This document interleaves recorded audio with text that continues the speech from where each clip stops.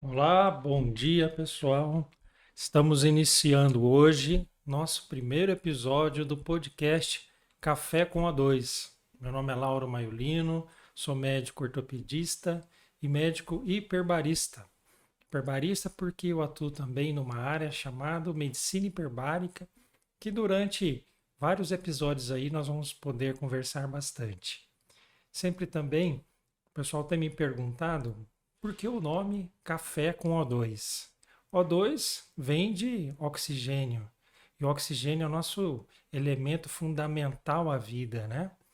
E assim, o oxigênio não só é responsável pela vida, mas responsável também pelo tratamento de várias doenças. Doenças importantes, doenças graves, que também nós vamos discorrer durante vários episódios a respeito disso. E o café, por quê? O café, para muitos também, é um elemento essencial, né? É um café, ele causa um sentimento de aproximação, de uma conversa tranquila, de uma conversa boa. Então é nesse sentido que foi concebido esse nome Café com O2. Para quê? Eu, junto com os convidados e junto com vocês, podemos ter uma conversa informal, mas bem objetiva de vários assuntos. E hoje eu estou com meu amigo aqui, Dr. Sérgio Evangelista. Nós já nos conhecemos há quase 20 anos. Dr. Sérgio, muito obrigado por achar um espaço na sua agenda, por estar aqui conosco hoje. Seja muito bem-vindo. Bom dia, eu agradeço, Lauro, esse gentil e honrado convite. Eu imagino que isso seja algo muito caro a você, muito importante. Então, eu realmente estou bastante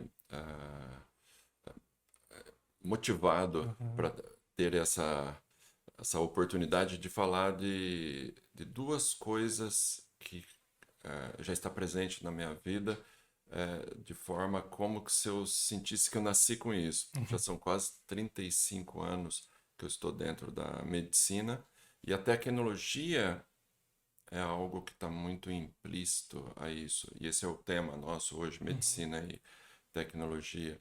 Então, de repente poder sentar e falar só sobre disso em alguns uhum, minutos, algumas horas aí, né? uhum, É algo que me motiva bastante. uhum, sim. E agora, antes de a gente começar a falar, como uma forma de agradecimento a você, eu vou te presentear. E Hum, sinta-se à vontade em abrir esse presente uau! Que e ver se é legal. do seu agrado. Ok. É, Ah, que legal. Eu estava hoje. olhando a xícara e Ah, estava assim, até constrangido ah. de. Não se faz isso, né? Mas. Mas que bom que você gostou do modelo da xícara, né? Deixa eu te Ah, ajudar. obrigado. Mas o saco remete ao café. Uau! Ah, Isso não tem preço. é, Muito obrigado, Laura. de E um nada. café reserva. E esse café, é um café 100% arábica, é um café lá da nossa querida Minas Gerais, café de altitude. Sei que você é apreciador do café, então. Então, nossa, realmente fiquei muito. Adorei Muito isso. obrigado. Adorei essa xícara. Laura, eu sou paulista, nasci em Uhum. São Paulo e fui criado em Minas, Minas, olha no só. sul de Minas, exatamente ali naquela região, o cerne dos cafezais, Uhum. em Guaxupé, Sim. que é uma região com uma enorme produção de café, de diferentes brands. Uhum. E então o café é algo que está também além da medicina, da tecnologia, o café faz parte da minha vida. Eu fui criado sentindo Uhum. o aroma de café de manhã, Uhum. que o meu paizinho fazia todas as manhãs. Uhum. Então, aquele café coado no saco. Não, com certeza, eu também sou dessa época, né? Então, as lembranças são muito agradáveis, né? Aham. Sim. E isso, como eu disse no início, né, é o que faz a gente aproximar, né, aproximar as pessoas, Uhum, né? uhum, O café é uma coisa que o Brasil, né, uhum, é muito bem conhecido uhum. internacionalmente por isso, né, pela Sim, qualidade, né? ah, é verdade. E agora sim, voltando aí para a parte da nossa medicina, a gente estava comentando há pouco aí quantos anos nós temos aí de Uhum, formados, né? uhum, E certamente, da época da nossa formação até hoje, né, muita coisa mudou, né? uhum, Muitas novas tecnologias mudaram, né? E eu sei que você, além de médico, super competente, cirurgião plástico, é um médico empreendedor. E eu imagino que a sua, esse empreendedorismo tem muito a ver na área de tecnologia, que você tem uhum. buscado bastante diferenciais nesse sentido, né? O que você conseguiu nesses anos todos perceber de grandes mudanças aí na medicina nessa área? Ahn, certamente, ah, o- o- o- os avanços tecnológicos, eletrônicos, digitais, esses realmente foram muito impactantes, está impactando e é, é facilmente possível tirar uma conclusão que vai impactar demais. Mas o que mais me talvez tenha impactado nos últimos anos foi a segurança do paciente, Uhum. Sim. a consciência médica da importância de colocar o paciente no centro, onde todos os cuidados ao redor, seja tecnológico, administrativo, gerencial, Uhum. fazendo com que as tomadas de decisões sejam totalmente voltadas para ele. Uhum. Isso realmente é algo que, quando eu comecei a ter essa consciência mesmo, né, Uhum. e isso foi se desenvolvendo ao longo dos anos, praticamente é uma especialidade médica hoje, Uhum. né, Aham. a segurança do paciente, né? Sim. Então, isso talvez seja um dos conhecimentos e, por que não dizer, tecnologia Uhum. que mais me impactou Sim. dentro da medicina. Hoje tem a chamado protocolo de cirurgia segura, né? Exato. Então, e assim, o que eu vejo é que muitos pacientes que têm problemas que o tratamento é efetivamente cirúrgico, que acabam adiando esse tratamento com Uhum, receio justamente disso, né? Da segurança intraoperatória, o uhum, medo de operar, né? sim. E realmente, então, quando a gente lembra lá no início, vamos falar uma coisa bem simples. O médico operava um foco cirúrgico no teto com uma lâmpada precária. Então, a visão que ele tinha lá do seu campo operatório era muito limitada. Então, só nessa parte de iluminação, o quanto não evoluiu, né? Uhum. Hoje a gente tem tudo em LED. Olha para você ver o bisturi eletrônico.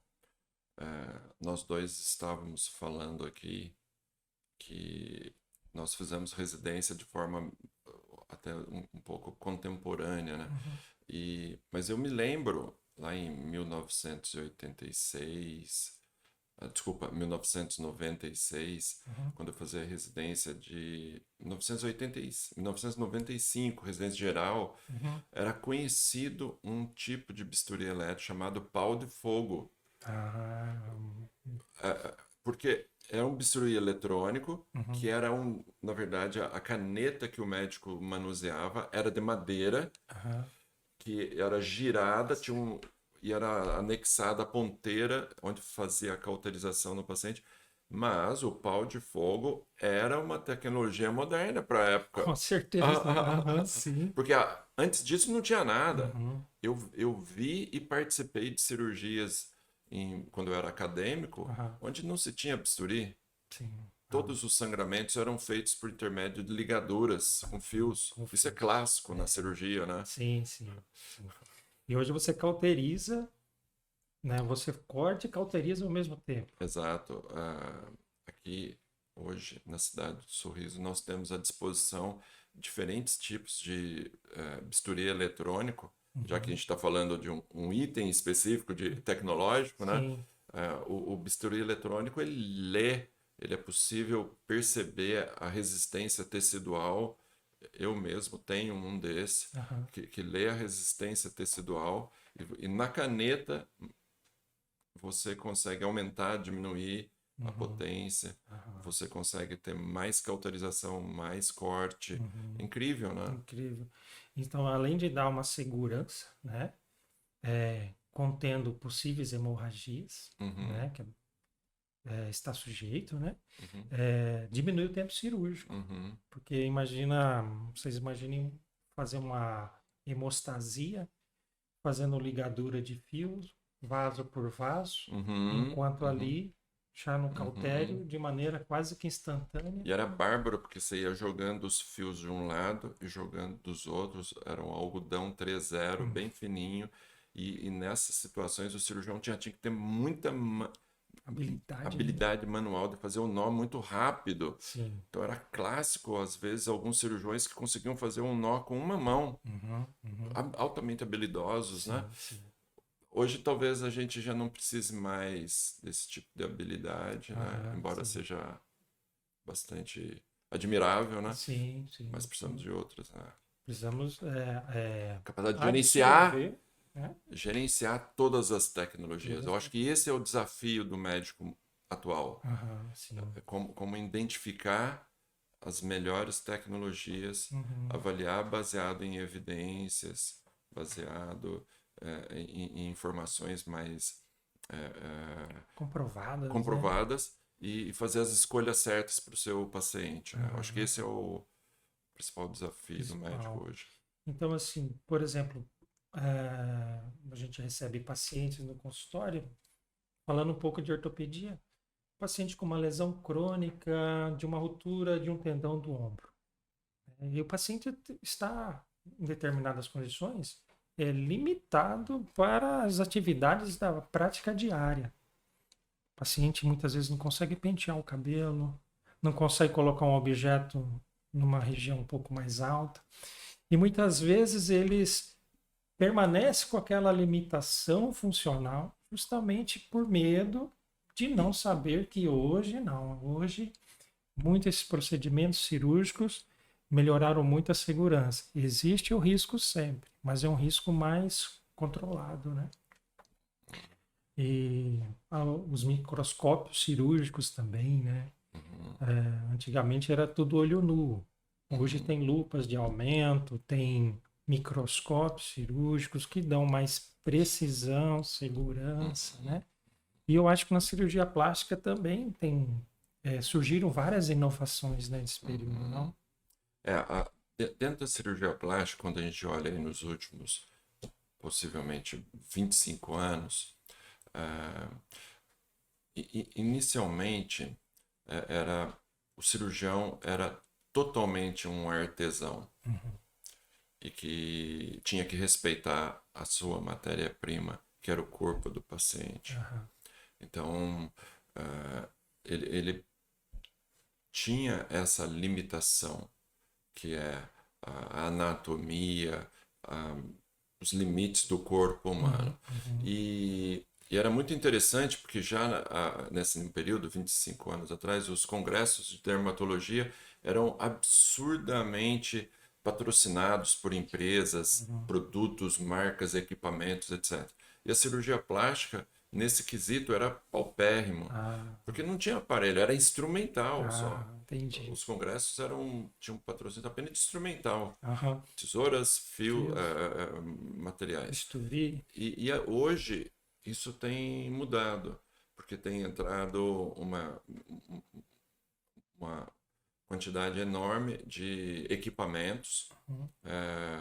sejam equipamentos específicos, por exemplo, no lado da lipoaspiração, há Uhum. hoje uma gama enorme de materiais, equipamentos Uhum. que propiciam para essa ainda atividade artesã, Uhum. mas equipamentos que auxiliam o cirurgião a obter resultados mais minuciosos, com mais definição Uhum. e E esses equipamentos têm crescido muito a utilização, misturando tecnologias como ultrassom, laser, enfim, equipamentos que possibilitam não só a remoção, por exemplo, da gordura, mas Sim. assim como estimular tecido, trazer benefícios ao corpo, ao tecido, de forma mista. Isso é muito interessante. Sim, sim. E assim, tecnologias também que ajudam também no pós-operatório, muitas vezes, E né? isso, eu me recordo, talvez 15 anos atrás, eu estava num congresso com uma médica cirurgião plástica, que talvez seja uma das cirurgiãs plásticas mais reconhecidas como tecnicamente de nível muito alto, chamada Ruth Graf.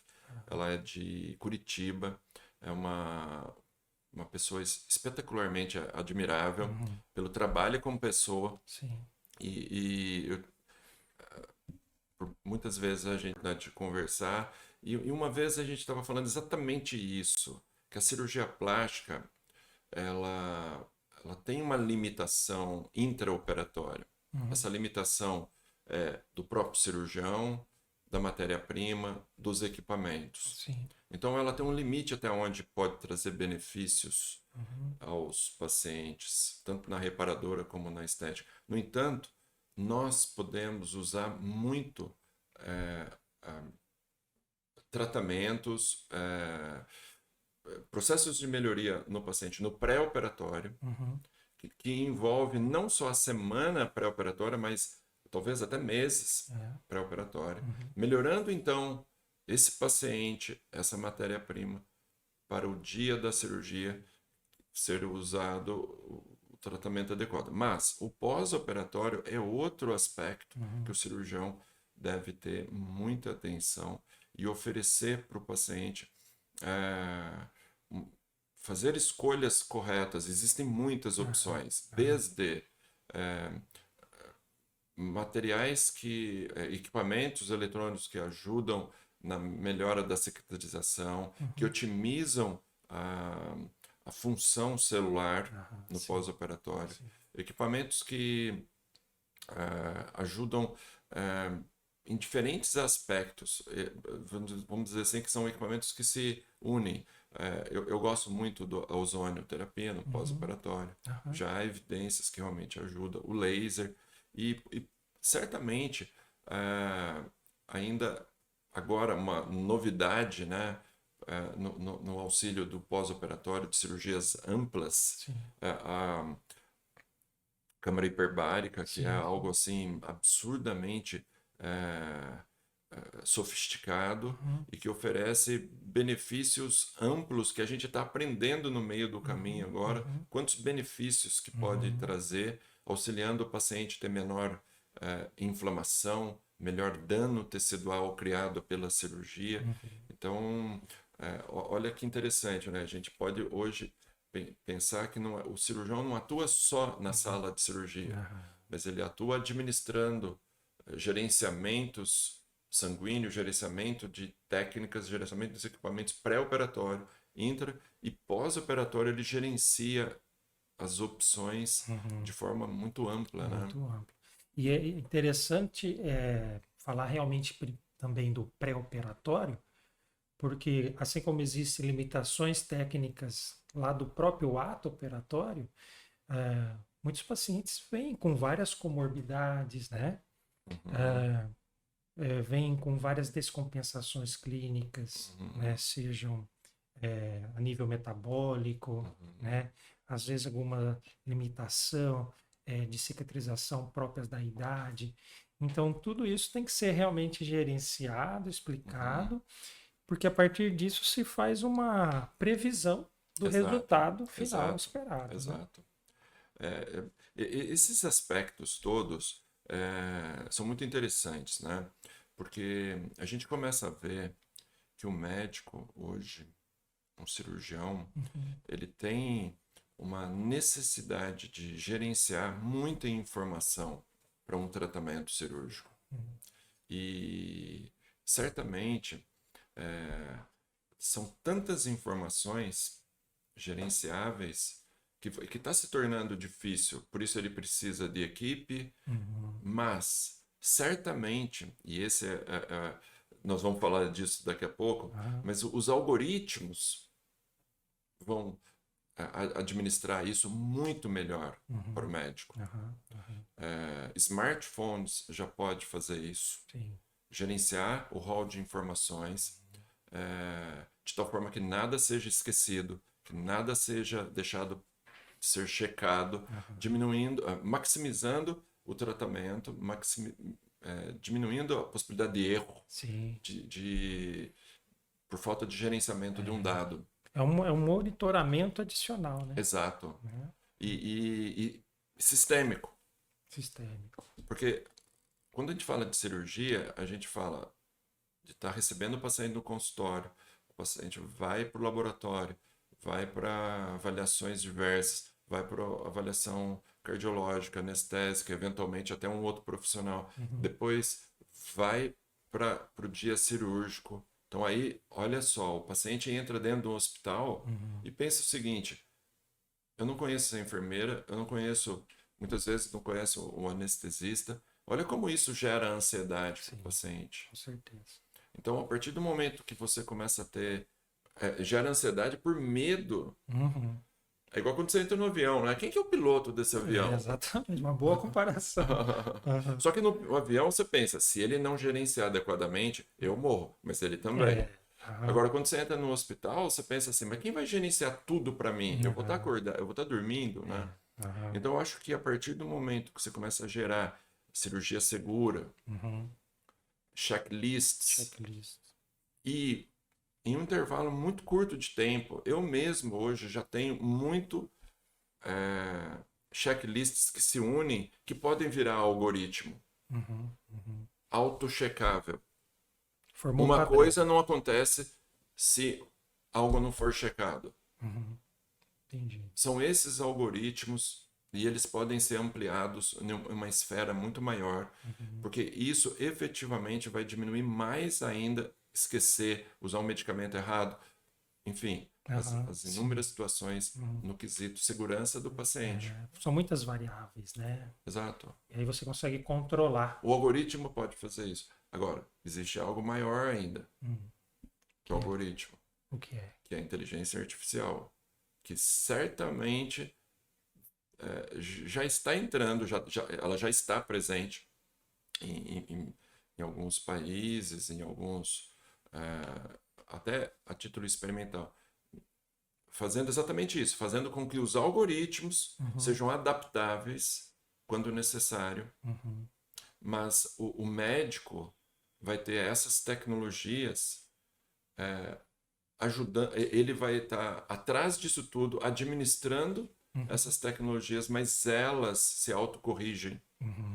Então a inteligência artificial pode, por exemplo, controlar o equipamento, o bisturi eletrônico. A inteligência artificial pode analisar que o carrinho de anestesia, o paciente começou a apresentar um ritmo cardíaco inadequado que o médico não observou ainda, e pode já começar a tomar atitudes, tomar decisões. E diminui erro, diminui tempo, e isso é algo que vai acontecer. Não é daqui 20, 30 anos. São tecnologias entrantes já, convergentes, né? Estão entrando. Antigamente demorava-se anos para alguma grande evolução. Hoje não, né? Exato. É muito mais. Exato. E assim, é quase que um piloto automático, muitas vezes, ao controlar uma máquina. Né? Exato. É igual muitas vezes acontece nessa que você mencionou da câmara hiperbárica lá. A câmara hiperbárica, hoje ela é toda automatizada. Então muita coisa ela faz sozinho, ela regula a pressão, Obrigado, Bruno. ela começa a compressão, ela descomprime. Então isso isso segue um algoritmo, né? Isso segue um algoritmo. E nada disso impede que do lado também, por uma segurança adicional, tem todo um controle manual. Ok. Então, o checklist o gerenciamento, ok. É isso aí. Quando falam de inteligência artificial, é muito comum as pessoas terem aquela ideia de que máquinas vão controlar os seres humanos, que é comum a gente ver em ficção, em filmes, né? Mas isso não vai acontecer. Há um número enorme já de aplicações da inteligência artificial. Por exemplo, vacinas, criação de vacinas, criação de novos medicamentos, tudo através da inteligência artificial. Então, isso tudo são ferramentas que vão sendo usadas, vão entrando na nossa vida que a gente nem está percebendo que está entrando. Essa semana eu pensei muito, depois que você me fez o convite, eu comecei a pensar em tudo que está relacionado à tecnologia e o absurdo de coisas. Nós aqui em Sorriso, Mato Grosso, a quantidade de tecnologia que está ao nosso redor, que nós vivemos com isso como se fosse a coisa mais natural do mundo. Por exemplo, ressonância magnética. Sim. Quanto de informação traz. Exato. Um outro exemplo, cirurgia laparoscópica. É absurdamente, né? Um carrinho de anestesia que é um pão de queijo, né? Um carrinho de anestesia. Olha o que tem tecnologia hoje num carrinho de anestesia, né? Monitoramento cerebral, inclusive, né? Uau! Só para assim, para os ouvintes terem assim, uma ideia, né? Uma anestesia hoje, ela é, primeiro, mista, balanceada, onde várias técnicas anestésicas são utilizadas, maximizando os efeitos de controle da dor, estabilidade hemodinâmica, e a monitorização é feita por equipamentos extremamente sofisticados, onde medem instantaneamente variáveis que saem dos pacientes, variáveis que entram no paciente, variáveis do carrinho de anestesia. E nós temos usado, possivelmente você também, o BIS, que é um equipamento que avalia as ondas cerebrais, podendo oferecer informação para o anestesista, por mais que o carrinho diga que é aquela quantidade anestésica que aquele momento exige, mas às vezes as ondas cerebrais já mostram que eu preciso de menos. E aí então o anestesista controla manualmente uma quantidade menor, oferecendo um despertar mais precoce, menor efeito colateral no pós-operatório. Então, assim, o equipamento analisa as ondas cerebrais. Então, olha o grau de sofisticação. E são tecnologias aqui, né? Na nossa mão, né? Não é uma coisa distante, não, né? Não é o futuro, né? Sim. E isso permite que, porque eu sempre vi a nossa atividade, a medicina, que ela não é um tratamento só da doença, né? Quando você trata uma doença, seja ela qual for, você muitas vezes está retornando o paciente para um melhor convívio social, para um melhor convívio familiar. Ele vai retornar mais produtivo para o trabalho, né? Então, assim, isso que eu acho assim empolgante na nossa profissão, né? Já teve casos de pacientes que a estrutura familiar estava abalada pela doença, uma doença crônica, né, que exigia, por exemplo, dos familiares terem que levar esse paciente quase todo dia para fazer um curativo, né, um paciente que na época ele tinha uma ferida crônica, né, que demandava então cuidados domiciliares, ida ao ambulatório, ida ao hospital diariamente. Aí a filha não pode, o genro não vai poder ir hoje. Então vai gerando um conflito familiar, aquele ferimento nesse caso específico gerava um odor característico. Esse paciente então começou a ser rechaçado dentro da sua própria família. Quando esse paciente conseguiu ser tratado, a ferida foi cicatrizada, olha o benefício que o tratamento determinou o paciente. Ele voltou e foi reestruturado na família. Então, eu acho que isso é uma coisa fundamental aí na nossa atividade, na nossa profissão. E eu acho que na cirurgia plástica tem muito disso também, né? É muito, tanto na cirurgia plástica estética, quando trabalha a autoestima, e também na cirurgia plástica reparadora, você deve ter inúmeros casos emocionantes nesse sentido, né? Eu achei muito interessante isso que você falou, Laura. Ah, nós vivemos numa sociedade extremamente prática, objetiva, que tem como objetivos principais focados em conseguir coisas, ter coisas materiais. Sim. E a partir do momento que a gente começa. A atividade médica não é isso. Uhum. A atividade médica é muito complexa e ela exige do médico hoje não só o vasto conhecimento tecnológico Uhum. e a gestão destes dispositivos todos servindo o paciente, mas ele não pode perder É. aquilo mais nobre da medicina, que vem lá de Hipócrates, Uhum. que é há 2.400 anos, que é a ideia ética e moral Uhum. Sim. de efetivamente cuidar. Uhum. Essa seria a essência da medicina, Uhum. cuidar. Uhum. Cuidar genuinamente de uma Genuíno. pessoa, cuidando, tanto oferecendo a diminuição da dor física como espiritual, Sim. psicológica. Psicológica, né? E nós sabemos, o paciente vem com a família, né? Uhum. Uhum. Na cirurgia plástica acontece uma coisa muito interessante, da cirurgia plástica estética. O paciente não está doente fisicamente. Aham. Ele pode estar insatisfeito, pode ter uma expectativa de mudança corporal, teve filhos, mudou o corpo, é uma Uhum. alegria ter filhos, Uhum. mas é uma celebração da criação, né? Uhum. Mas, no entanto, traz modificações para o corpo da mulher e certamente isso gera uma insatisfação, mas ela não está doente. Aham. Ela quer se sentir melhor, quer se sentir mais vaidosa, mais feminina, mais sensual.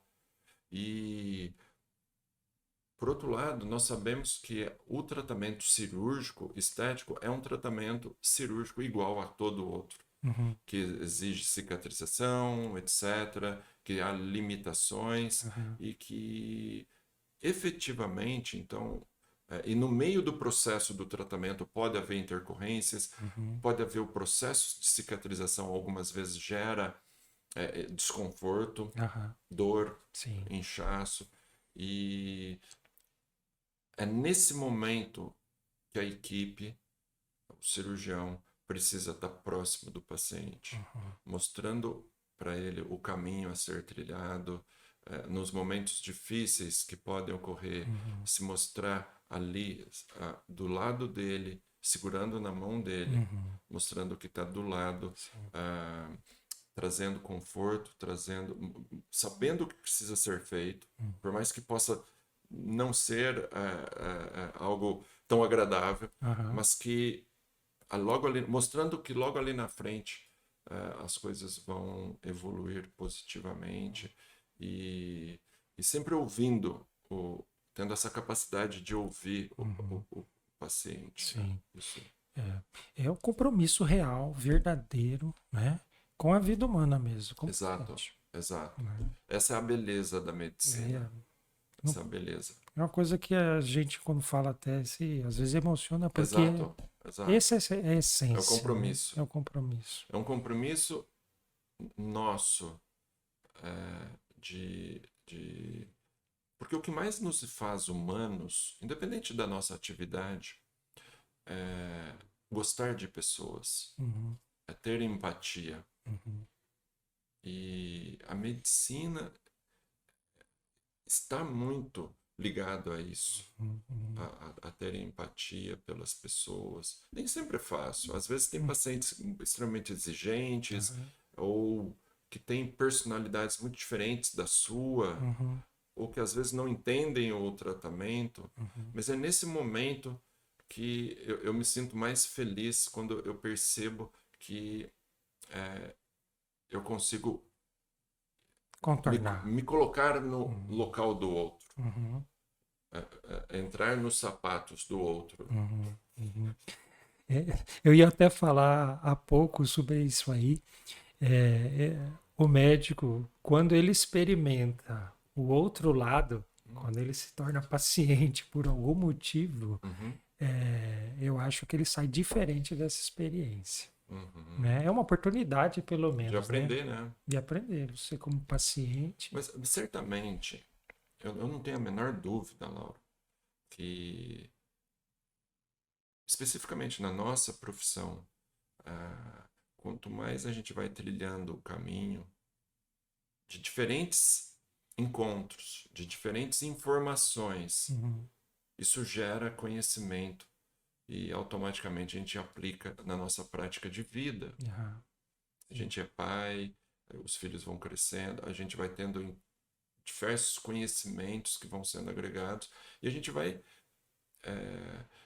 transformando esses conhecimentos em benefícios para os pacientes. Uhum. Não há a menor dúvida. Sim, sim. Faz parte da evolução natural Das nossa. pessoas, né? Sim. É. É, eu, Você, como pessoa e como... Qual é o seu propósito de vida? o meu propósito é fazer justamente isso aí, Sérgio. Hoje eu deixei de fazer várias coisas secundárias para tentar fazer, levar uma mensagem bem positiva para os meus pacientes. Né? Antes eu atendia um número enorme de pacientes por dia. Hoje não, eu quero atender bem menos, mas eu quero atender igual essa conversa que nós estamos tendo aqui. Qual que é a sua dúvida? Qual que é a sua angústia? Né? Antes de eu chegar lá no tratamento de prescrever e indicar alguma coisa. Então, meu propósito hoje dentro da medicina é ser o mais abrangente possível. Ser o mais amigo possível, na verdade. Ok. E Não assim, ter só pacientes, ter amigos, ter né? amigos, assim. E eu vou falar, o perfil do meu paciente hoje é o paciente mais idoso, né? Uau. Eu acho que o paciente talvez seja mais carente dessa conversa, que ele vem de uma outra geração, né? Então ele senta aqui, ele conversa lá desde quando ele era criança, conta várias histórias, nada relacionada à doença, o sintoma dele, mas eu fico aqui com ele 1 hora e meia conversando. Que legal. E eu tenho certeza que ele sai bem satisfeito. E eu também. Uau. Né? Então, esse é um dos propósitos da minha vida. Aham. Né? Legal. E é uma fase, né? A gente Uhum. vai mudando, mas isso acontece muito na ortopedia. Na traumatologia é uma coisa mais direta, né? O paciente se acidentou, É muito objetivo, muito né? objetivo e tal. Olha, quebrou isso aqui. A conversa acaba sendo muito técnica. É, aqui tem que operar e tem que operar agora por causa disso, daquilo. Mas Se você trouxer é, o outro o lado, outro lado, né? Logo depois do cirúrgico, igual você falou, o paciente está com dor, está com edema, está com limitação de movimento, aí é a hora. Olha, meu amigo, agora deixa eu te explicar com calma o que aconteceu com você, para onde você vai caminhar. Vai ser difícil, mas o resultado vai ser positivo lá na frente. aham, Né? Isso é a satisfação diária. A gente tem que ter satisfação diária no que faz. exato. Né? É igual até um clichê, mas quando você gosta do que você faz, você não trabalha nenhum dia. Não é verdade? Absolutamente. É sábado, é domingo, é à noite. É. Né? Isso é um crescimento humanístico. Uhum. Isso é um crescimento humanístico. É. E nós estamos fazendo um podcast com café, agora me deu sede de café. Opa, Você aceita também? olha, É um Tá café. guardando isso, esse momento. Ah, É é? aquele café? Hã? É aquele café? É aquele café que você ganhou. Uau. É um café sem açúcar. Você pode pôr mais um pouquinho, por favor. Posso pôr. Eu vi que Eu você tenho. gosta mesmo. Tá bom, obrigado. Eu tenho um limiar mínimo que eu gosto de ver na xícara. Quantas, quantas xícaras de café você toma por dia? Eu tomava muito. É. Eu te falei há pouco, né? Eu era um tomador pesado de café. E eu me tornei vegetariano tem quase um ano. E eu tenho uma nutricionista que eu faço acompanhamento com uma certa regularidade, mas não para desenvolver dieta, mas mais para me apresentar esse universo. Uhum. Então, hoje a tecnologia permite isso, né? Aham. A gente pode fazer consultorias com profissionais do mundo inteiro, Uhum. não do estado do Brasil, mas do mundo inteiro. Aham, sim, Isso é possível. é possível. Agora é possível, né? Então, eu faço consultoria com essa é, nutricionista e um dos pente finos assim importantes, o café, ele diminui a absorção de alguns minerais, porque o café é ácido, É né? ácido. E essa acidez que fica no estômago dificulta a absorção. Então, eu estou diminuindo o Uhum. uso do café, Uhum. mantendo o café mais na parte da manhã e em quantidade menor. Em quantidade, é. Estou tentando tomar uma, duas vezes só por dia, Aham, aham. e substituir por chá. Além do que o café ainda tira um pouco do sono, né? É. Não vou ficar sem, né? Olha, muito bom esse café. Você viu? Oh, Eu senti um aroma bem diferente, uhum. né? O café, eu não sou nenhum especialista, longe disso. Ele é uma bebida mole, tem uma acidez diminuída e ele não tem muito brand assim de coisas ao Aham. redor. Sabe que hoje tem café com chocolate, com Sim, baunilha. sim, sim. Tem notas de café Exato. Não, muito bom. Uhum. Café mineiro. Mineiro, Café mas mineiro. Isso eu aqui é fiquei café feliz mineiro. que você. É nítido o É, café mineiro aqui. que bom, que bom. É, então, e aqui também tem pau aí para Pão de pão de queijo, né? queijo, Uau, que tudo também é mineiro. mineiro. Mas que influência, hein? Que Ah, influência boa, né? ah, Ah. Mas o paulista também tem um grande cultivo de café histórico também, sim, né? fazendas, né? Uhum. E seguiram um caminho muito interessante, né? Hum. Que os cafezais no Brasil foram, conforme as famílias foram mudando de geração, foram diminuindo, e eram muito manual, trabalho muito manual, e as pessoas foram indo para as cidades. Aham. Então o café se tornou uma atividade agrícola muito difícil, né? Uhum. Sim, E sim. hoje está muito segmentado, assim, 10 hectares, 5 Uhum. hectares, são grandes fazendas. Aham, aham. E quando eu vim para o Mato Grosso, eu vim com essa ideia, né, de que as gerações Uhum. iriam trazer modificação. E o que a gente vê no Mato Grosso hoje é algo ímpar, Uhum. uma enorme profissionalização do agronegócio Ah, sim. em um patamar absurdo. Você vê Uhum. as holdings familiares preservando os Uhum. negócios, Aham. infinidade de holdings, né? Sim. Para perpetuar aí. Perpetuar e maximizar o gerenciamento do negócio, né? Uhum.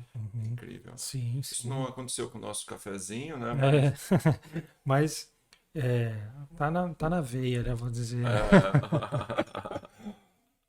Hum.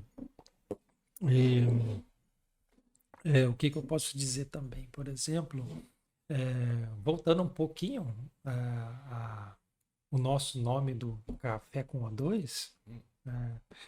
O oxigênio, falando um pouco do oxigênio, né? É, o oxigênio, ele é a nossa energia vital, né, dentro do corpo. Quando a gente pensa, por exemplo, na cicatrização aí dos nossos pacientes, né? Porque ele desencadeia uma série de ações que estimulam, por exemplo, os fibroblastos, a formação de colágeno, Uhum. né? E por isso que o oxigênio é um elemento assim que me fez, né, sair, por exemplo, só da ortopedia e buscar ele também como um tratamento Adicional. adjuvante, auxiliar para cicatrização lá dos Fantástico. meus pacientes e assim, disponível, como toda cirurgia tem os seus princípios iguais, né? Funciona na cirurgia plástica, na cirurgia geral, né? Na cirurgia vascular, No trauma, no né? trauma, né? Porque Doenças metabólicas. doenças metabólicas, né? Porque quando a gente fala em tecnologia, é, uma delas é essa que você comentou, da câmara hiperbárica, né? Uhum. E a câmara hiperbárica, ela, de maneira rudimentar, a primeira foi em 1662, Uau. né? Então, de lá para cá, imagino o Ah, quanto ela mas evoluiu. você imagina que quando eu era residente de cirurgia geral, eh, eu tinha uma vez um paciente no pronto-socorro que chegou com um processo infeccioso enorme, região perineal, coxas, né? Tipo Fournier, assim. Era Fournier. Eu estava tentando lembrar, Aham. mas graças ao Covid, muitas vezes eu sou um pouco lento em buscar informações. É Fournier. Fournier. E Covid. Uhum. Ah, era um paciente com Fournier. Sim. E que nós já tínhamos feito vários desbridamentos nele. E o Fournier é uma doença que vai efetivamente só ampliando, né? Sim. E tinha uma câmara hiperbárica, ou duas, em São Paulo, eu acho, Aham. que podia ser usada pelo sistema público, né? Onde eu fazia residência era um hospital público.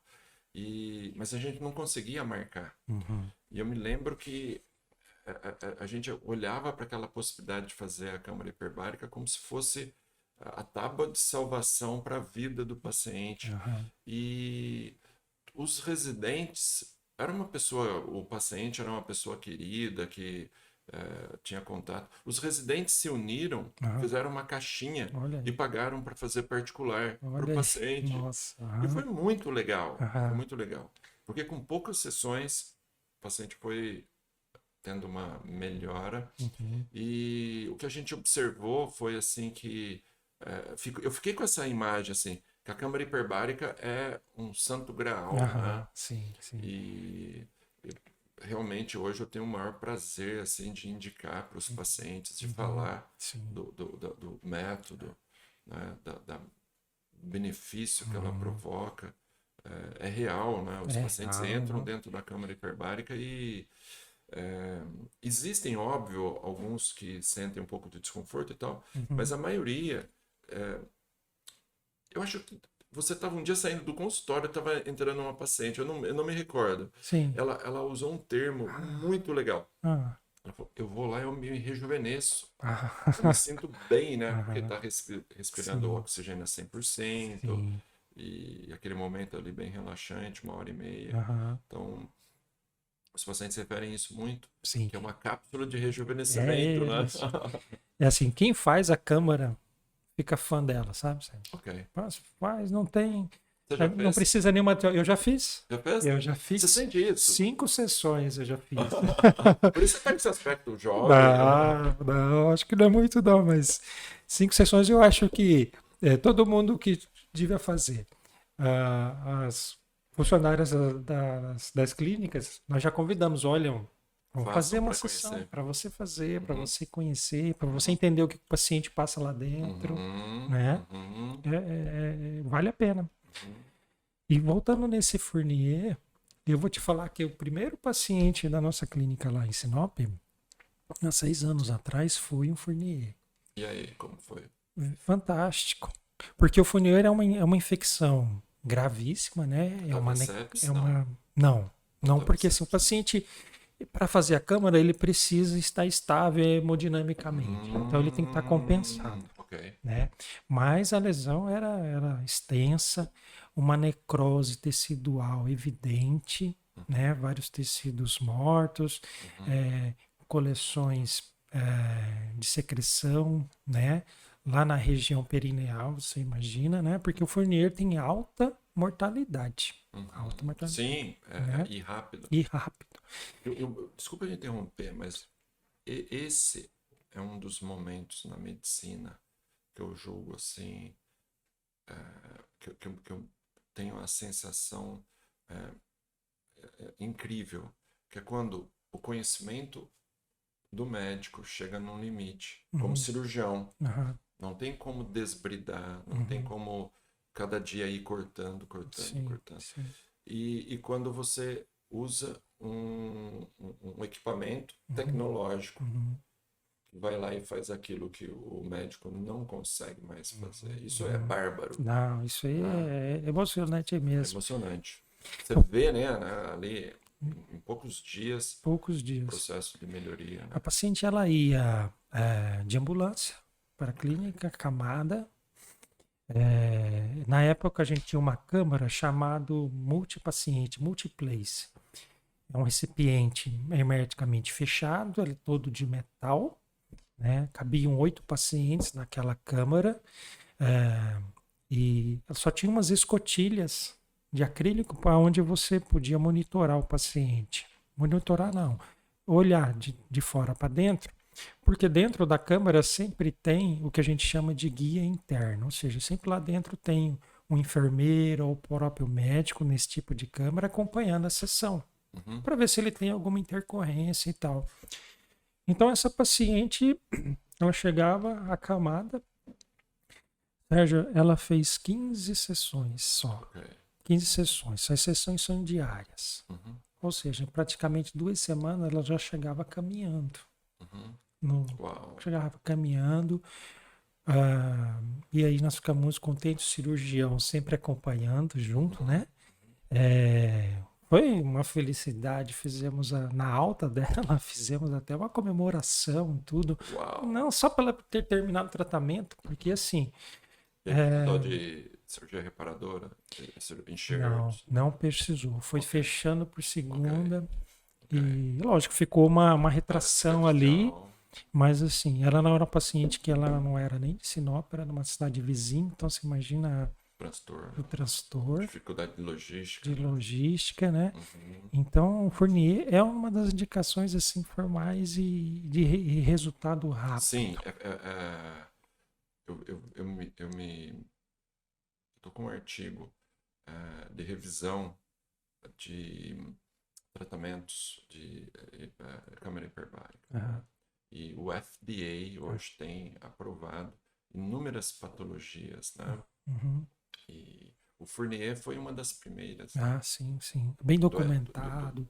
Doenças infecciosas, né? Uhum, sim. Foi uma das primeiras que E está por, na lista, né? São sim, 12, me parece, que são bem são standard bem. no FDA, né? É, aqui no Brasil, essa atividade é um procedimento médico, Para autismo, vocês têm indicado?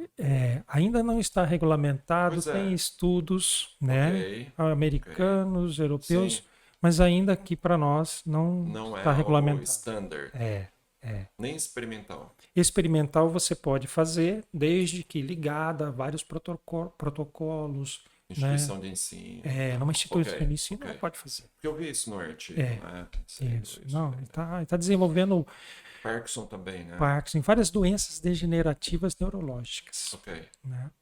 E hoje no Brasil está regulamentada essa atividade pelo Conselho Federal de Medicina desde 95. Ok. Então já está bem, bem consolidada até Sim, aqui. foi quando que eu te falei.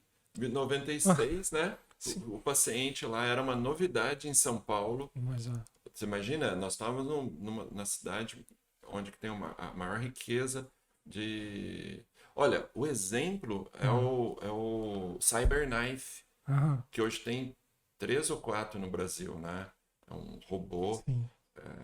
a mesa é robótica e os braços são robóticos e o médico faz a radiocirurgia, Uhum. tanto externo como até em outro país, né? Então hoje tem 3 ou 4. CyberKnife é a maior novidade hoje tecnológica de Aham. tratamento médico, né? E a câmara hiperbárica era isso em 96, né? Nossa, olha aí. Né? Era a revolução, Exato. mas bem lembrado. Então coincidiu exatamente com É, a. Você foi um dos primeiros aí a indicar. sim, por isso que eu te disse, né? Os residentes, mas foram muitos residentes do hospital, foi uma vaquinha, né? Eu não me lembro detalhes, né? Aham, sim. E dentre essas todas as indicações, né, você encontra desde aquelas úlceras crônicas vasculares, né? Na tua área, os enxertos de risco, né? Os enxertos de risco, ele consegue diminuir o potencial Necrose. de necrose, do enxerto, a gente fala, o enxerto não pega, Uhum, né? uhum, En- exato.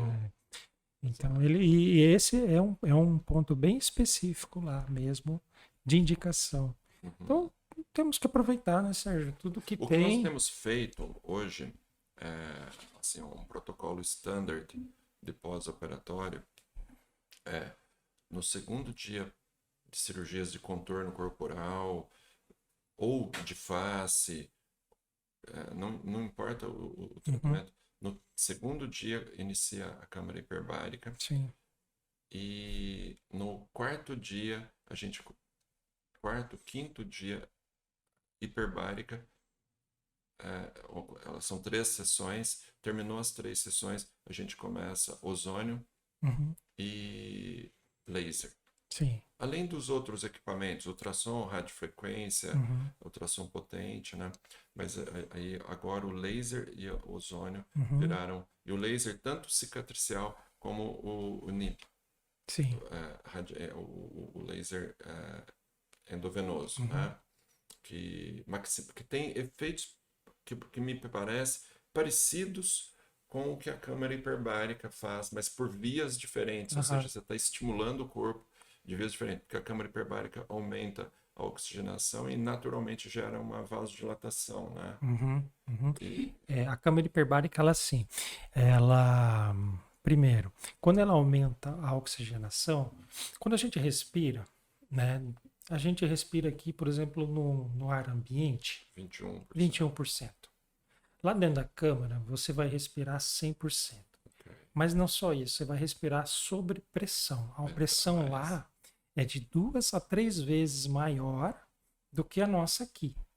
Mas o que representa isso? Quando você mergulha numa piscina, você já sente uma pressão. Você mergulha lá numa piscina com 2 metros de profundidade. Então, você sabe a pressão que você sente. Na câmara hiperbárica, dependendo da pressão que você prescreve, é como se você estivesse mergulhando a 14 metros. Né? Hum. Então, é realmente uma pressão. Então, e você sabe, Laura, que para essas cirurgias de contorno corporal, por exemplo, lipoaspiração, é o que a gente mais quer, porque a gente está fazendo uma drenagem linfática, Uhum, um massageamento uhum, externo do uhum. paciente de forma natural e são todas essas misturas de benefícios que trazem as melhorias para o paciente Sim. ímpar, que a gente não tem outra Não ferramenta. tem como chegar lá de outro jeito. Exato. Porque o paciente ele respira aquele oxigênio, ele vai para microcirculação. Uhum, Né? Então, é uma coisa que o cirurgião não tem acesso, ninguém uhum, tem acesso. uhum, E a hora que esse oxigênio chega lá, ele desencadeia uma série de reações uhum, fisiológicas, aham, metabólicas. Uma delas, é óbvio, né? Oxigenou o tecido. Então, você já diminui o risco principal aí de necrose, porque o aham, tecido vai morrer se ele não receber o aham. oxigênio. E a lipoaspiração gera muita lesão Uhum. interna. Muita lesão, né? Então, por isso a importância. Eu venho pensando até iniciar mais cedo, não no segundo PO. Uhum. O que vai determinar ele começar mais cedo? A condição clínica, Condição clínica, né? né? Hoje nós indicamos para uma paciente que nós operamos ontem, Uhum. de Sinop, exatamente isso, começar no primeiro No PO. primeiro dia, o paciente está É, bem, clinicamente estável, tá apta Porque a a gente fazer. vai diminuir a área de necrose Vai, interna. precocemente você já vai Revascularizar, né? revascularizar isso aí. Isso Exato. aí. Uma das coisas que ela faz também, a neoangiogênese, ela Uhum, forma novos vasos. uhum. Então ele oxigena, chegou oxigênio, efeito direto. Mas com o passar do tempo vai se criando novos vasos sanguíneos. Uau. Ou seja, vai irrigando mais, vai chegando mais oxigênio também, né? Qual outra ação que esse oxigênio hiperbárico faz? Ele ativa, melhora a eficácia, ele ativa a cascata de defesa imunológica nossa. Melhora a função dos macrófagos, dos neutrófilos, ou seja, são células naturais de defesa contra infecções. Então, aí já são 3 ações do oxigênio. Ele ativa a sequência da formação, como eu disse, de fibroblastos, de colágenos, que, ou seja, ele atua na fase de reepitelização, né? Ele diminui o edema. Você já deve ter visto lá nos seus pacientes. O paciente faz câmera hoje, a hora que ele volta 2 dias depois lá para o teu consultório, vai estar muito menos inchado. Já teve cirurgião que falou assim, olha, parece que você está há 15 dias, 20 dias de pós-operatório. Mas não, tem o quê? 2, 3 dias.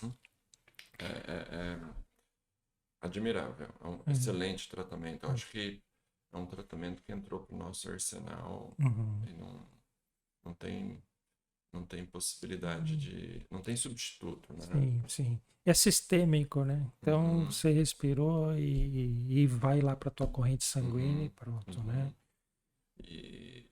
Em muitos outros países, com o advento da Lipo HD,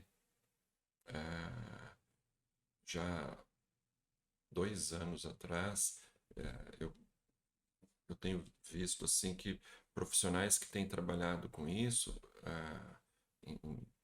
vêm publicando trabalhos a importância da câmara hiperbárica.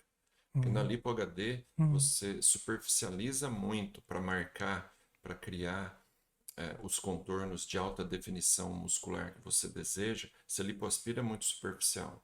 Então aumenta o risco de necrose. Ah, entendi. E foi exatamente isso que impulsionou a câmara hiperbárica para pós-operatório de lipoaspiração de alta definição. Só que, no entanto, a gente começou a ver que beneficia não só a alta definição, mas todas as outras objetivos, As outras condições, né? condições de tratamento, exato. Aí, lá atrás, na nossa conversa, nós falamos sobre aquele cuidado pré-operatório. Então, você imagina nos pacientes que têm essas comorbidades, por exemplo, ex-fumante, né? Obeso, onde que você faz grandes descolamentos. Então, é uma coisa assim que nós, como cirurgiões, já prevemos, Tememos, olha. né? Tememos. Tememos, né? Antes a gente temia. Hoje a gente teme, mas tem possibilidade de minimizar, né? Sim.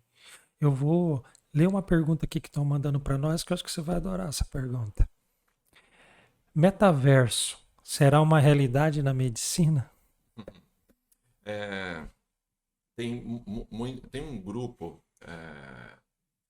na Bulgária que tem um site, um espaço no Instagram que se chama Futuro da Medicina, né? Medicine Future. E eles, inclusive, chegam a dizer que hoje os médicos vão ser e-médicos, né? E-physician. E o tamanho que a saúde digital vai ter a cada ano. Então, o metaverso, sim, ele poderá ter inúmeras aplicabilidades, da mesma forma que nós estamos conversando aqui agora. Nós poderíamos ter um consultório virtual onde tivesse a possibilidade de uma realidade imersiva, ou seja, eu e o paciente poderíamos estar em um mesmo espaço imersivo e essa realidade virtual imersiva ela se torna muito mais realista, de tal forma então que esse processo de consulta, de de interação Aham. seja muito mais eficiente. Então, isso sim, metaverso é uma realidade dentro da medicina, não há a menor dúvida. E não é para amanhã, isso é coisa já. Para logo, né? Porque a consulta online, ela já é uma realidade. Ah, respeitando os limites éticos, Uhum. respeitando os limites técnicos, ela é uma realidade. Uhum. E a pandemia acelerou demais isso Sim, daí, sim. né? Então, é muito comum hoje você usar esse dispositivo e fazer avaliações online, Uhum. principalmente de pacientes que querem operar, mas moram muito longe. É. Eu tenho pacientes que operaram há muitos anos, que moram em outros países Aham. e que precisam fazer alguma revisão, substituição de prótese, algum. Então, primeiro fazem a avaliação online. Uhum. E é muito interessante que às vezes estão em países muito distantes Uhum. e é muito legal, né? E aí acho que vai quebrar o paradigma que a maioria, muitos falam, né? Que a tecnologia afasta as pessoas. Uhum, Eu acho que, pelo menos nesse contexto que nós estamos falando, ele vai uhum, aproximar uhum. muita O gente. metaverso vai fazer isso. Né? O metaverso vai fazer isso. Isso. Tem várias perguntas aqui, vamos aproveitar, mas eu quero mandar um abraço aqui para a Elo Denardi, que está assistindo o nosso, Uau, que nosso legal. programa. A Vox Will também está Que assistindo. legal. Né? E tem mais uma pergunta aqui, ó, vamos lá. Em referência à tecnologia na medicina, pergunto: qual a área da cirurgia plástica pode ser feita à distância? Uma pergunta aberta, né? Uhum. Talvez alguma coisa robótica que a gente estava Sim. conversando. Olha, a robótica, ela está crescendo muito, né? Ela não é mais experimental. Existe hoje especificamente 3 dispositivos de robótica que estão em uso corrente. O principal deles é o CyberKnife, mundialmente conhecido pela capacidade dele de executar tratamentos cirúrgicos e radiocirúrgico, que é a principal indicação dele. E na Rede D'Or, em São Paulo, tem um CyberKnife. Mas dentro da cirurgia plástica ele ainda não tem aplicabilidade. Certo. Mas é perfeitamente possível, por exemplo, uma plástica de pálpebra com um CyberKnife. É perfeitamente possível.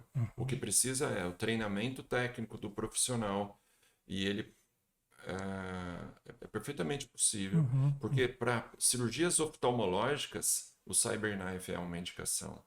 E inclusive para cirurgias neurológicas, mais sofisticadas ainda. Então eu não vejo nenhum problema para a utilização da robótica para a cirurgia plástica. Por exemplo, para a colocação de uma prótese de mama, mas é um dispositivo tecnológico muito sofisticado, é um procedimento que o cirurgião plástico faz com muita proficiência em loco. Né? Mas para um paciente de risco, onde exige, por exemplo, um meningioma próximo do cerebelo. Então, a radiocirurgia por um dispositivo desse, como um CyberKnife, ele é altamente indicado. Tá? Para um paciente de risco, para um paciente hipertenso, paciente que tem alguma comorbidade, mais idoso, que o tratamento cirúrgico pelo neurocirurgião tenha um pouco mais de risco, necessidade de ficar na UTI, etc. A robótica com a radiocirurgia hoje é a principal indicação. E é fantástica, fantástica. Esse tipo de tecnologia que está aqui no Brasil, né? Tá no Brasil. Ainda não está aqui em Sorriso. Mas nós sabemos que Sorriso é uma região pioneira em várias coisas, né? Exato, exato. Eu não tenho dúvida. O que nós temos hoje aqui em Sorriso é absurdo. Sim. Para quem não conhece, né? Uma cidade do interior de Mato Grosso, Sim, sim, mas felizmente quem está aqui veio com um espírito empreendedor, sim, né? sim. Pioneiros em diversas áreas, Sim, né? sim. Então, Desbravadores, né? desbravadores. Com alta capacidade gerencial, né? O que é mais importante. Né? Sim. E hoje já estão voltando, né? Muitos foram estudar, né? Uhum. Então, filhos da terra já estão voltando aí. A segunda, terceira geração já está voltando. A terceira, né? Então, e o caminho é esse, né? Exato. Né? E talvez a gente consiga aquilo que a gente falou também lá no início, né? Quanto melhor o resultado com esses métodos novos, né? A gente resgata lá no final a essência do ser humano, trazer ele de volta para o seu ambiente, né? Para o seu convívio. Né? Tanto que a expectativa média de vida mudou demais, né? Você estudou aí a medicina desde da Idade Média, né? Você tem um estudo disso aí, você vê que a expectativa média era muito mais baixa, morriam-se de infecções que hoje a gente Em sabe. 1900, a expectativa de vida de um homem no mundo era de 40 anos. Olha, isso aí. Na década de 50, já estava por volta dos 60 anos. E no final da década de 60, já começou a haver um crescimento da expectativa de vida pelo crescimento agrícola, da medicina, vacinas, antibióticos, tratamentos diversos. A expectativa, controles cardiológicos, né, que um grande avanço que nós temos hoje, tecnológico, o controle e monitoramento das doenças, na década de 60 não estava acompanhando. E o que aconteceu? A explosão da produção de alimentos, né? E isso nós podemos dizer com muito, muito prazer, né? Nós estamos numa das áreas agrícolas mais sofisticadas e com maior capacidade de produção do mundo, Do né? mundo, sim. Então, e o que a gente vê hoje é uma expectativa de vida de 78 anos, né? Absurdo, né? E eu vejo uma coisa assim interessante também. Aumentou a expectativa de vida, a custa de tudo isso que você falou, da evolução da medicina, mas hoje também tem ganhado uma relevância muito grande a prevenção. Exato. A qualidade de vida. A pessoa está entendendo que ela precisa alimentar-se melhor, fazer exercício, né? A medicina preventiva e a consciência disso, de um senso comum, vai aumentar ainda mais a expectativa, que não vai ficar só em cargo do tratamento da doença instalada, né? Exato. Existem algumas evidências muito objetivas, sem precisar investir em tecnologia. Se a gente pudesse dar um conselho agora para as pessoas, como viver melhor aos 70 anos, como chegar melhor aos 70 anos, eu volto logo nesse ponto específico. Existem alguns pontos muito claros que está na mão de todo mundo. Primeira coisa,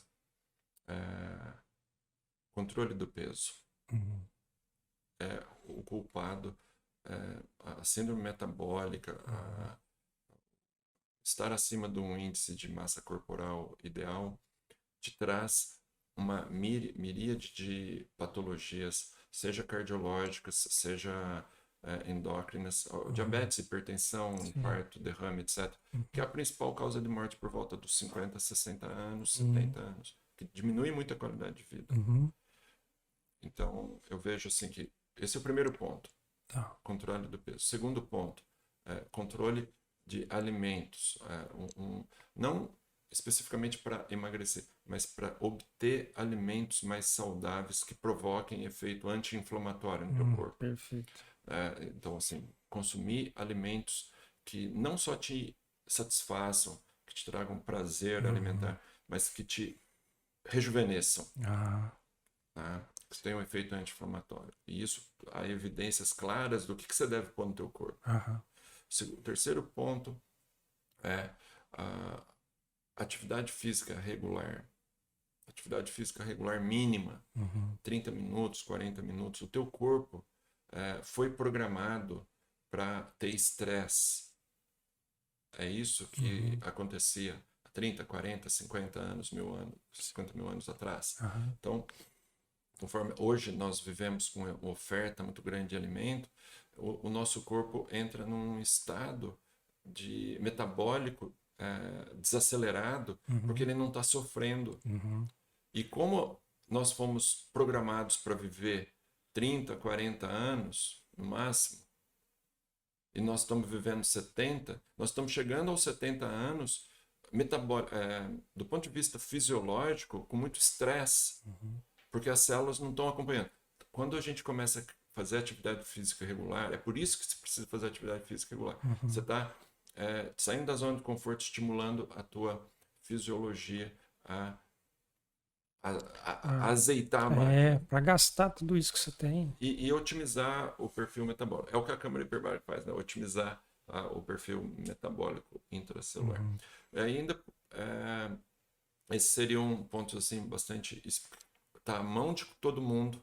Qualquer um pode fazer. Né? Provocar estresse no corpo, comer alimentos anti-inflamatórios. E ainda, por último, dormir 7, 8 horas por dia. Você falou que está fazendo, né? Eu tenho que ter um sono reparador. Senão... Exato. E é incrível, porque todas essas coisas que nós falamos aqui, nós não precisamos de dinheiro, nós não precisamos de equipamento, não precisamos de nada para fazer isso. E certamente isso vai trazer para a gente menos doenças, melhor qualidade de vida. Melhor expectativa, né?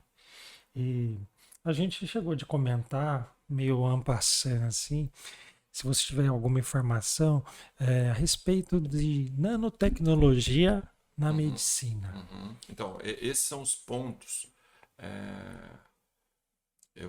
Durante a semana eu passei pesquisando assim, um pouco, lendo um pouco, e de certa forma existem hoje tranquilamente uns 9 pontos, 10, 12 pontos que são extremamente promissores, com enormes possibilidades de trazer benefício para os seres humanos. Tá? A nanotecnologia não é algo assim mais de ficção.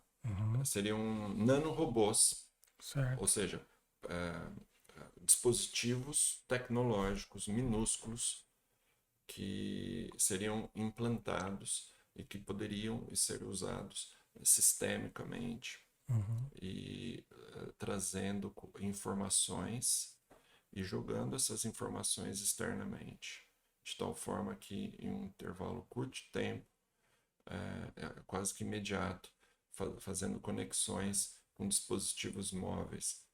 E hoje todo mundo anda com um smartphone, cada dia mais sofisticado. Então, recebendo essas informações. Por exemplo, imagine os nanorobôs implantável no subcutâneo, analisando informações, analisando, por exemplo, uma malformação, uma arritmia, um aumento da glicemia, aumentos muito sutis da glicemia, mandaria informação para o smartphone te daria um alarme e você, em um intervalo muito curto de tempo, já tomaria as providências. Poderia identificar, por exemplo, marcadores tumorais.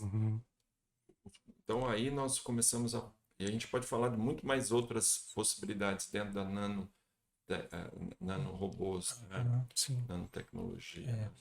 Tem um caso de um conhecido, morador aqui, cidade vizinha nossa, com um telefone ligado ao smartphone, né, ele recebeu um alarme, né? Olhou, era alguma Apple Health. isso. Era problema cardíaco, ele olhou, alarme, leigo, né? É, ainda não estava sintomático, Uhum. né? Não tinha desenvolvido nenhuma angústia Uhum. torácica, Uhum. nenhuma falta de ar, Uhum. nada disso. Mas o relógio já deu um alerta para ele, Smartphone. smartphone. Ele Apple Watch. procurou, ele, Apple Watch. ele procurou o cardiologista. Ok. Isso foi de noite? Foi de noite. Ok. Estava desenvolvendo uma arritmia. Ok. Teve que ser medicado de urgência, né? E ele foi medicado antes de ter os seus sintomas exuberantes, Aham. nada disso. Aham. Né? Então, isso daí é uma realidade. Os dispositivos móveis, smartphones, ah, os smartwatches, Hum, já existem anéis, pulseiras e outros dispositivos. ah, já estão, já existem inúmeros apps uhum, que têm finalidades desse tipo. Então, do smartwatch joga para o app uhum, e o app vai analisando, gerando uhum, informações. Em vários países já vem surgindo publicações dos benefícios, né? uhum. Mas hoje ele ainda é só a parte cardiológica, né? Aham, sim. Mas imagina todas as outras aplicabilidades. Uhum, Tem também para o sono, ah, uhum, já pode te dar alarmes do teu ritmo de sono, qual uhum, a tua qualidade de sono, a frequência cardíaca. sim. Mas tem uma startup que já é um unicórnio chinês que me fugiu o nome, não sei se é Carbon X, iCarbon, eu não me recordo bem o nome. Uhum, É uma startup de tecnologia que tem como objetivo tá monitorando todos os aspectos da vida do indivíduo uhum, com inúmeros dispositivos implantados, seja, por exemplo, no banheiro, uhum, na cozinha e no corpo da pessoa, jogando informações num software uhum. e gerando informações para ele. Não é ficção, ela Sim, existe. existe. Ela é chinesa, a tecnologia, o parque tecnológico deles é israelense e, e tem um valor de mercado acima de US$ 1 bilhão, é um unicórnio. Então, Né? se já é um unicórnio, muita gente acredita nisso, né? Sim, sim, sim. Eu iria ainda um pouco mais longe. É, eu acho assim que o uso da tecnologia na medicina nos próximos anos estará disponível inúmeras outras ferramentas nesse sentido Uhum, da medicina digital, como por exemplo o arquivo pessoal de saúde digital, uhum, que eu considero algo extremamente importante. Certamente você deva ter a tua história de saúde, uhum, mas você deve ter uns exames ali numa gaveta, um uhum, raio-x numa outra, uhum. uma cirurgia, um tratamento, mas só o hospital tem o teu prontuário, as informações. Imagine todas essas informações sempre sendo arquivados sobre a sua tutela, no Uhum, seu aplicativo, uhum, de tal forma que cada ano que passa, esse aplicativo se torna mais robusto em uhum, informações, te ajudando a tomar decisões, uhum. dando informações como É, essa, centralizando, por exemplo, chamando as informações do smartwatch, do smartphone, do ritmo de sono, do uhum, teu DNA, do uhum, teu genoma, né? O aham, mapeamento do teu genoma. Tudo isso no teu app. uhum, Essa tecnologia é absolutamente possível hoje sim, e aplicável a você ter as suas informações. sim. Tá? E ele vai te dar, é igual aquele, é o algoritmo que você fala, É um né? algoritmo. É E um aí ele vai algoritmo. mostrar, por exemplo, se em algum determinado momento aquele ritmo saiu do padrão, né? Exato, Aquela exato. dosagem daquele hormônio Uhum. caiu. Você chega para o médico para fazer uma consulta e você, na hora, pede para ele, pode abrir meu prontuário, por favor? Tudo criptografado, as suas informações criptografadas. O sistema de criptografia poderia ser na rede blockchain, que é muito mais seguro. Sim. Abre as tuas informações, está a tua história da tua vida ali, de forma extremamente organizada e de forma com todas as informações abertas. O médico fez a avaliação, joga já para o teu app as informações ali da consulta, né? As novíssimas informações. Essa ideia é uma ideia que eu tenho vontade de pôr em prática. Eu tenho vontade de construir essa startup. Faz muito sentido, né, Sérgio? Faz muito sentido. E assim, ele está viajando, né?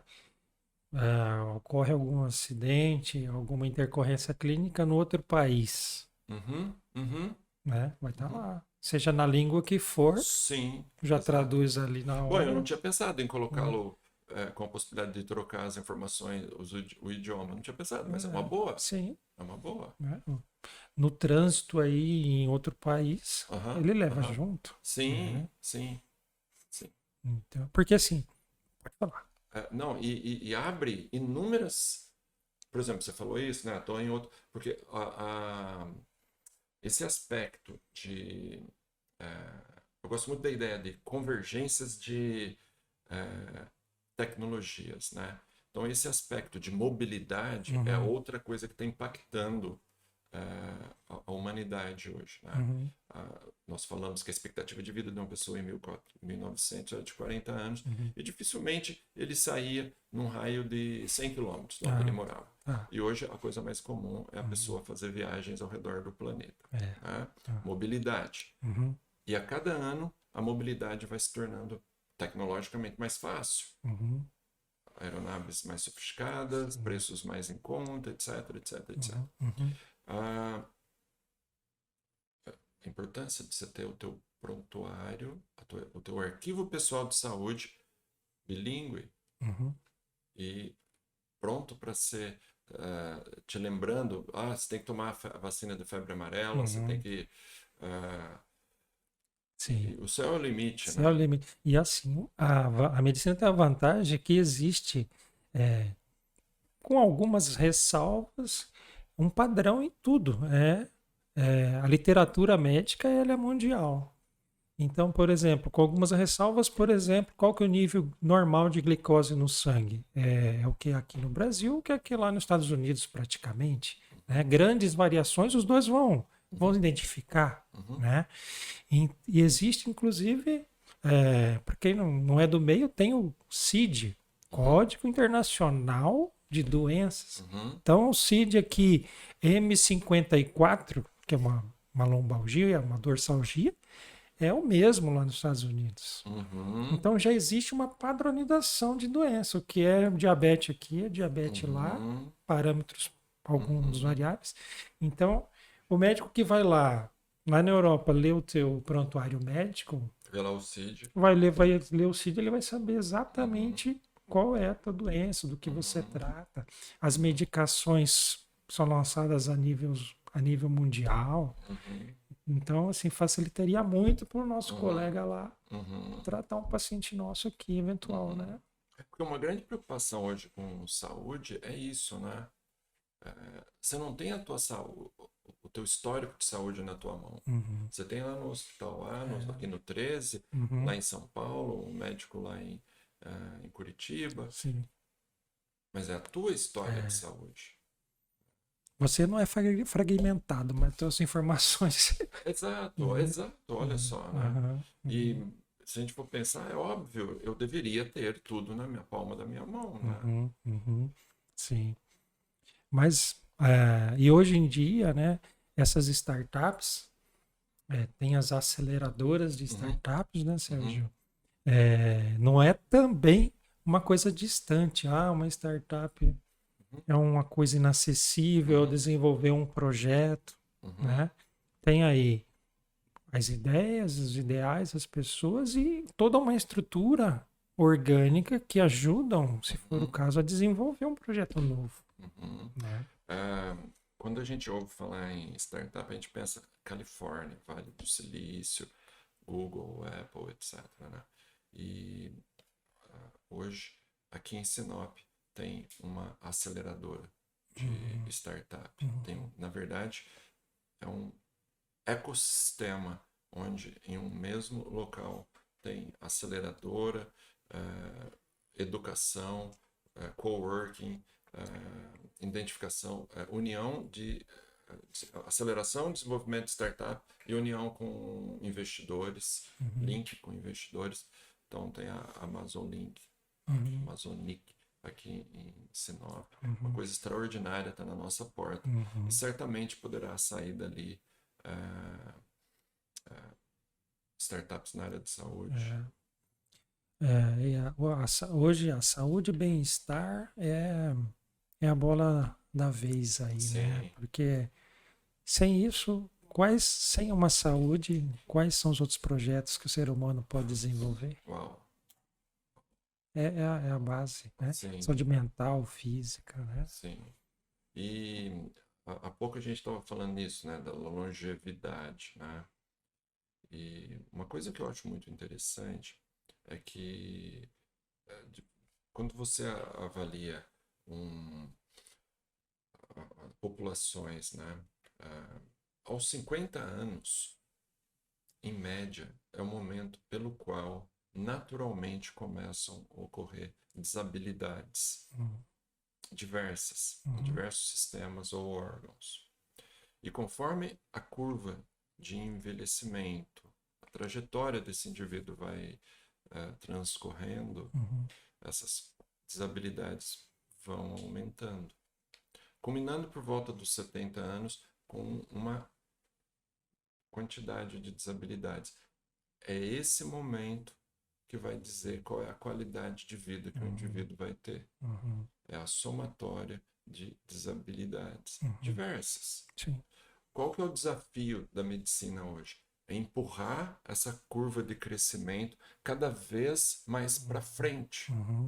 Fazer que não aos 50 anos comece a ter desabilidades. É identificar um problema na coluna, um desalinhamento na coluna, e jogar isso mais para frente, que não gere uma hérnia de disco aos 60.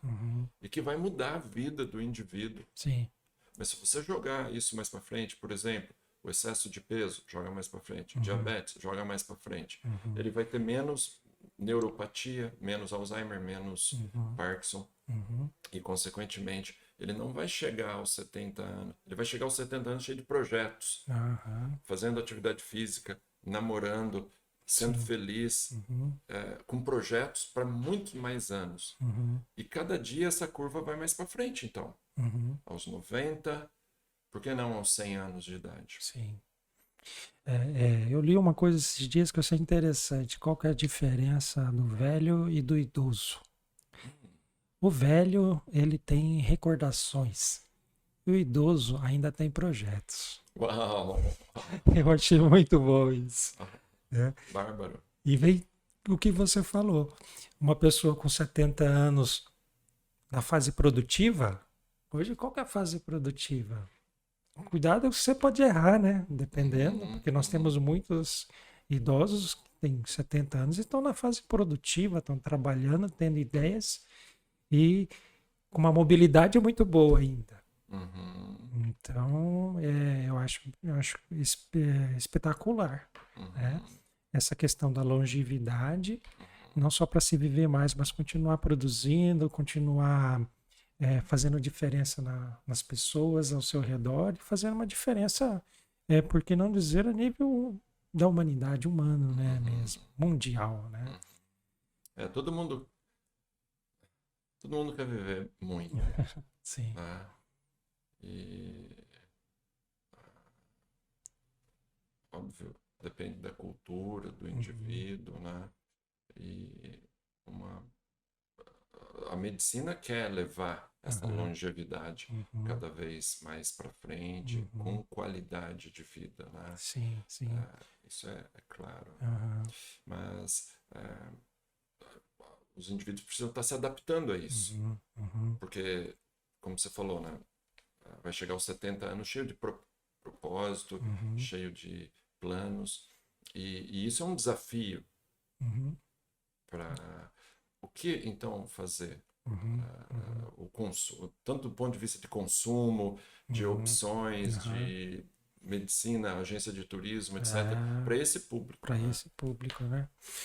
Bom, é, eu fiquei assim muito feliz, Sérgio, por você ter vindo aqui para a gente bater esse papo que foi absolutamente enriquecedor para Que mim. legal. Agradeço também todo mundo que nos assistiu e vai ficar disponível lá gravado, né? Eventuais dúvidas aí para o Dr. Sérgio, por favor, pode Nossa, vai enviar, ser um prazer. né? E assim, muito obrigado realmente de coração por ter disponibilizado seu tempo, sua hora preciosa aqui conosco, né? Uhum, E eu até digo, a conversa foi tão boa e assim, tem tanta coisa para falar uhum, que a gente, vou arriscar a gente uma hora marcar um outro episódio. uhum. Ó, com certeza vai ser um prazer. Podemos falar de algum ponto mais específico do qual a gente falou, mas certamente o prazer foi todo meu. Adorei vir aqui, adorei a xícara.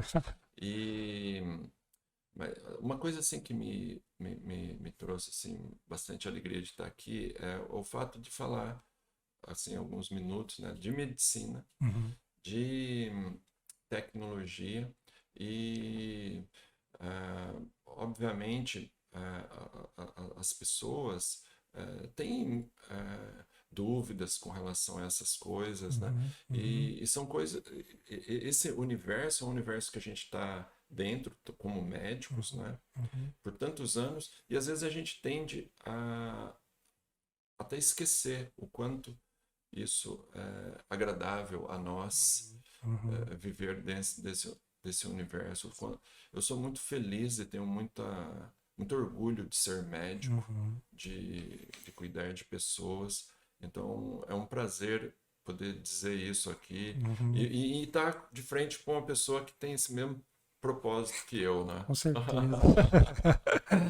É isso aí, Sérgio. Muito obrigado. Deixa eu te cumprimentar, a moda Obrigado. antiga, Ah, e vamos seguindo e que sejamos felizes aí. ok, obrigado. Muito obrigado. Obrigado, pessoal.